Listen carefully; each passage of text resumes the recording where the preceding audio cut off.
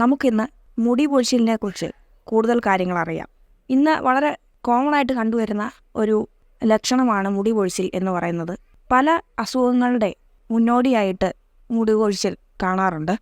ഒരു ദിവസം 50 മുതൽ 100 മുടിയിഴകൾ വരെ പൊഴിയാറുണ്ട് സാധാരണഗതിയിൽ.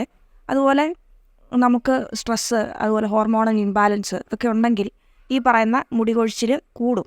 മുടി കൊഴിച്ചിൽ ഉണ്ടാക്കുന്ന ചില കാരണങ്ങളാണ് കാൽഷ്യം, അയൺ മുതലായ മൂലകങ്ങളുടെ അഭാവം, അതുപോലെ ടൈറ്റായിട്ടുള്ള ഹെയർ ബാൻഡ്സ്, ആക്സസറീസ് ഒക്കെ ഉപയോഗിക്കുന്നതുകൊണ്ട്, കൂടുതലായിട്ടുള്ള മാനസികക്ഷോഭം, സ്ട്രെസ്സ് ഉണ്ടാകുന്നതുകൊണ്ട്, ഉറക്കക്കുറവുണ്ട്, അതുപോലെ ക്ലോറിൻ ഉള്ള വെള്ളം കൊണ്ട് ഹെയർ വാഷിന് യൂസ് ചെയ്യുന്നതുകൊണ്ട്, കൂടുതൽ കെമിക്കൽ അടങ്ങിയിട്ടുള്ള ഷാമ്പൂകൾ, ഹെയർ സിറം ഒക്കെ കോൺസ്റ്റൻ്റ് ആയിട്ട് ഉപയോഗിക്കുന്നതുകൊണ്ട് മുടി കൊഴിച്ചിലിൻ്റെ കൂടെ അനുബന്ധമായിട്ടുള്ള കുറച്ച് സിംറ്റംസ് കൂടെ കണ്ടുവരാറുണ്ട്. നഖം, അതുപോലെ മുടിയുടെ അറ്റം ഒക്കെ പിളരുക, അങ്ങനത്തെ ഒരു കണ്ടീഷൻ, അതുപോലെ ഡാൻഡ്രഫ്, ചൊറിച്ചിലുള്ള സ്കാൽപ്പ്, ഇതെല്ലാം അനുബന്ധമായിട്ടും മുടി കൊഴിച്ചിലിനോടൊപ്പം കണ്ടുവരാറുണ്ട്. ആയുർവേദത്തിൽ മുടി എന്ന് പറയുന്നത്, കേശം എന്ന് പറയുന്നത് അസ്ഥിധാതുവിൻ്റെ ഒരു മലം ആയിട്ടുള്ള ഒരു ബൈ പ്രോഡക്റ്റ് ആയിട്ടാണ് പറയുന്നത്. അതുകൊണ്ട് തന്നെ നമ്മുടെ അസ്ഥിധാതുവിന് നറിഷ്മെൻറ്റ് കൊടുക്കുന്ന സപ്ലിമെൻറ്റ്സ്, ഭക്ഷണ പദാർത്ഥങ്ങൾ ഒക്കെ മുടിയുടെ സ്ട്രെങ്തിനും മുടിയുടെ ആരോഗ്യത്തിനും നല്ലതാണ്. അപ്പോൾ ഇതിൽ നിന്ന് തന്നെ നമുക്ക് മനസ്സിലാവും, നമ്മുടെ ഭക്ഷണത്തിൽ കൂടുതലായിട്ട് അയൺ, കാൽഷ്യം, പ്രോട്ടീൻ ഒക്കെ അടങ്ങിയിട്ടുള്ള ഫുഡ് ഉൾപ്പെടുത്തുക, അതുപോലെ സ്പ്രൗട്ടഡ് ആയിട്ടുള്ള ഗ്രെയിൻസ്, ഫ്രഷ് ആയിട്ടുള്ള ഫ്രൂട്ട്സ്, ഗ്രീൻ ലീഫി വെജിറ്റബിൾസ്, ഇതൊക്കെ നമുക്ക് സാലഡായിട്ടോ അല്ലെങ്കിൽ പറഞ്ഞ പോലെ റോ ആയിട്ട് കൂടുതലായിട്ട് ഉൾപ്പെടുത്തുന്നതാണ് നല്ലത്. പിന്നെ സ്റ്റീംഡ് ആയിട്ടുള്ള രീതിയിൽ ഉൾപ്പെടുത്താവുന്നതാണ്. കാൽഷ്യത്തിൻ്റെ സ്രോതസ്സായിട്ടുള്ള പാലുൽപ്പന്നങ്ങൾ, മുട്ട ഒക്കെ നല്ലതാണ്. എപ്പോഴും നമുക്ക് ശരീരത്തിന് ആവശ്യമായിട്ടുള്ള വെള്ളത്തിൻ്റെ ലെവല് ശരീരത്തിൽ നിലനിർത്താൻ ശ്രമിക്കുക. അതുകൊണ്ട് തന്നെ വെള്ളം ധാരാളം കുടിക്കുക. നല്ലോണം ഉറങ്ങുക. ഒരു 6 മണിക്കൂറെങ്കിലും ഒരു ദിവസം ഉറങ്ങിയിരിക്കണം.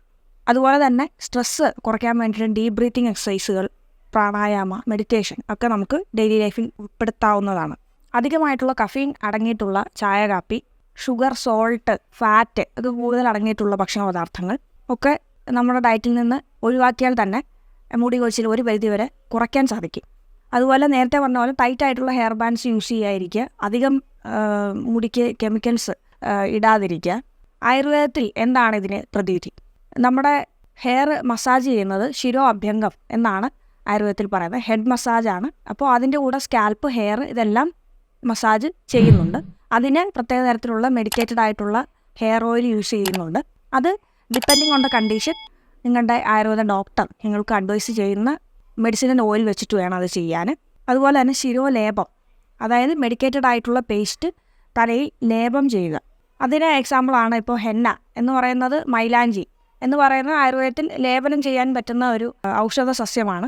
അതുപോലെ തന്നെ നീലയമരി, അതുപോലെ കറ്റാർവാഴ, ഇതെല്ലാം ശിരോലേപനത്തിന് ഉപയോഗിക്കുന്നതാണ്. പിന്നെ തല പൊതിച്ചിൽ എന്നൊക്കെ പറഞ്ഞിട്ടുള്ള ട്രീറ്റ്മെൻറ്റ് പ്രൊസീജിയേഴ്സ് ഉണ്ട്.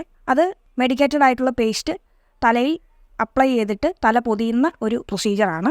അതുപോലെ തന്നെ ശിരോധാര പോലെയുള്ള ആയുർവേദിക് പ്രൊസീജിയേഴ്സും ഉണ്ട്. ഈ സ്ട്രെസ് റിലീഫ്, ഇതുപോലെ ഹെയർ ഫോൾ കൺട്രോൾ, അതുപോലെ തന്നെ നെർവസ് സിസ്റ്റത്തിനൊക്കെ ആണെങ്കിലും കുറച്ചുകൂടെ ഒരു നന്നായിട്ട് വർക്ക് ചെയ്യാനുള്ള ഒരു എഫിഷ്യൻസി കൂട്ടുന്ന തരത്തിലുള്ള ഒരു പ്രൊസീജിയറാണ്. കൂടുതൽ ഇൻഫോർമേറ്റീവ് ആയിട്ടുള്ള ഇത്തരം വീഡിയോസുമായി ഇനിയും ഞാൻ വരും. ഇതിനു മുമ്പ് ഹെയർ ഫോൾ റിലേറ്റഡ് ആയിട്ടുള്ള വീഡിയോസിൻ്റെ ലിങ്ക് താഴെ ഡിസ്ക്രിപ്ഷൻ ബോക്സിൽ കൊടുത്തിട്ടുണ്ട്. അതും കണ്ടാൽ നല്ലതായിരിക്കും. Thank you.